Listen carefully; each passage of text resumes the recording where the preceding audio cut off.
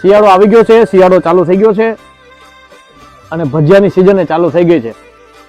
તો તમારા ભાઈબંધોને વિડીયો મોકલી દો કે જે લોકો નક્કી કરે છે પણ હજી એને પ્લાન બનાવ્યો નથી ભજીયા ખાવાનો. તો ભાઈ શિયાળો પૂરો થાય એની પહેલા જલ્દી પ્રોગ્રામ કરી નાખો.